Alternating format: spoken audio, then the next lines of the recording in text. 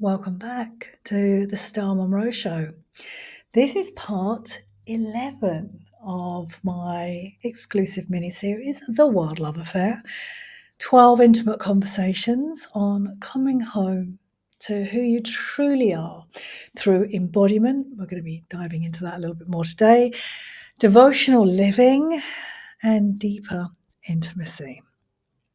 So, I've got a feeling that you're a veteran of self-help. You know the frameworks and you know the tools. You've read the books. Maybe you're continuing to read the books. You've done the workshops and you've worked with a multitude of coaches and therapists. So maybe you've outgrown your coach. Maybe you've outgrown your therapist.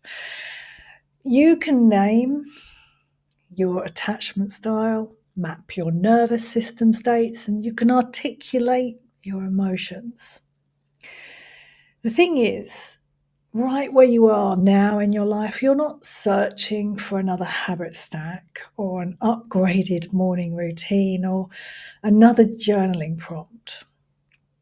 You've reached the place where real change is only going to come from something deeper. And what's next, and I know this well because I've lived it, is weaving what you've already know into the way you live. This is the integration. I'll do my little sidetrack already.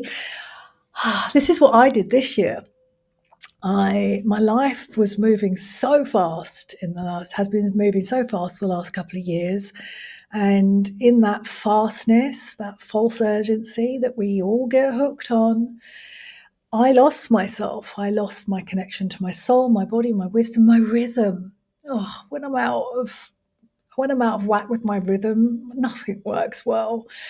And I took time off. I closed my company down and I decided to focus on me so I could tune back into myself, because when I'm not tuned into myself, I'm not my best. I can't hold space for my clients, for the work I'm here to do. And so I've spent the majority of this year integrating. And this is where we allow the work we've done to shape the way we move through the world. So it becomes no longer just up here in our minds. Remember, intellectualizing everything's only going to get you so far. This wisdom that you already know, and I know that you know what to do, it becomes the way you move through your day, how you start your mornings, how you make your decisions, how you end your days. And I actually just use those three things, but they're so important. How we start the day, how we end the day, and how we're making our decisions throughout each and every single day. I mean, they're the micro moments that are going to change everything. And the way I'm talking about this integration, I didn't look at it like a project, because it's not a project, and I get it that our ego can start looking at it like, oh, it's another project that I get to work on. I looked at it that I created space around everything, and in that, what wasn't for me left. I divested myself from it, and what was for me, I have this image where I'm like mining for gold, and I'm just like sifting through the rubble, and like what's for me came up to the surface. This is all about the life we create by embodying everything that we've learned, and like I say, sifting this gold up by really putting our wisdom front and center and living in alignment with that. Collecting more tools, more frameworks, doing more courses over and over again without embodying them, without taking the time to integrate them. And oh, I have been here. I have been here. It's that voracious hunger for more. It comes from the ego. If I just do this course, if I just do this, I'm just going to do this. It's that insatiable appetite from our ego that will never feed it. It'll never be full. And the ego just, it will live and breathe and like take over the faster we go. This way of collecting more information and not embodying it, it keeps us in our head. It keeps us thinking that we need to refine the outside of our lives. And our body, though, it's just waiting for us to arrive. If you're watching me on YouTube, I'm looking around because I can see my kittens jumping up at the door. This way of living, it keeps you moving at a relentless pace. And as I said, you'll be hooked on urgency and you'll be unable to, and this is what it feels like, you're unable to drop into a slower, more elegant rhythm because it is like an addiction. The more you do, the more you consume, the more courses you pack in. Think about, I always go back to this analogy.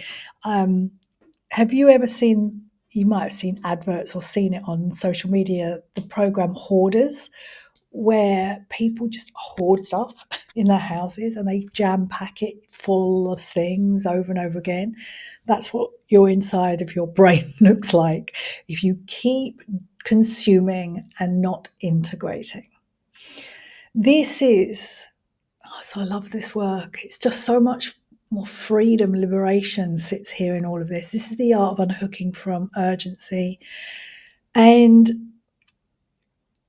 I wouldn't, if there's a concern about, oh my God, I worry about my drive or ambition, do not worry. They remain and they get sharper and truer and cleaner and more aligned to your gifts.